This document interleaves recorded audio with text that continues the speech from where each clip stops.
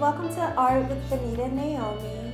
Today I am doing an acrylic pour on my biggest canvas yet. I don't recall the dimensions, but this is the biggest canvas I've ever worked with. So I've been working my way up to using a really big canvas. I've worked on some techniques. Now I think I'm ready. So right now I'm just putting a base down for the art pour, and I'm using a Mars Black. It's by Acrylic Basics. Okay.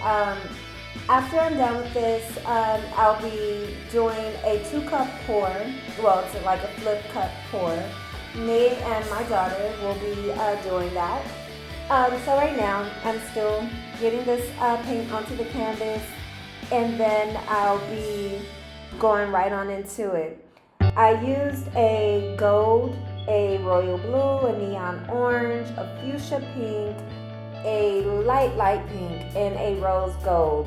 I didn't know how I was going to mix the colors, but you stay tuned. It is going to be epic and very beautiful once I put these colors together.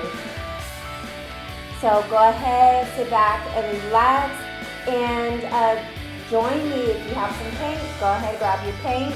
I hope you enjoy the music and you enjoy the video. All right, let's get to it.